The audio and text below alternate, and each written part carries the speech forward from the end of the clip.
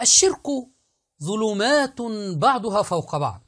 كثيرا ما كنا نحذر عوام الشيعة من عبادة آل بيت رسول الله صلى الله عليه وسلم واتخاذهم أربابا من دون الله تبارك وتعالى، فكانوا يستشفون بالحسين رضي الله عنه وبفاطمة وبعلي وبالأئمة عندهم، حتى تطور بهم الشرك وأصبح ظلمات بعضها فوق بعض، حتى خرج علينا السلقلقي ياسر الخبيث طالبا من عوام الشيعة أن يذهبوا إلى القبر المنسوب للمرزا القم عندهم في قم، هذا الرجل المجوسي الفارسي الطاعن في كتاب الله تبارك وتعالى الساب لزوجات النبي صلى الله عليه وسلم، طالبا منهم السلقلقي ياسر الخبيث أن يذهبوا لهذا القبر ولهذا الضريح ويطلبوا منه من دون الله تبارك وتعالى.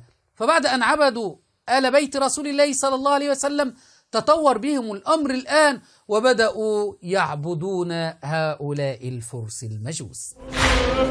الميرزا القمي صاحب كرامات معروفة، تعرفونه وهو مدفون في مقبرة شيخان المجاورة لحرم السيدة المعصومة صلوات الله عليها، وله هناك ضريح وقبة صغيرة، وأنا كم مرة قصدته وقضيت الحاجات. حقيقة رجل جليل وعظيم القدر. يتدرجون في الشرك.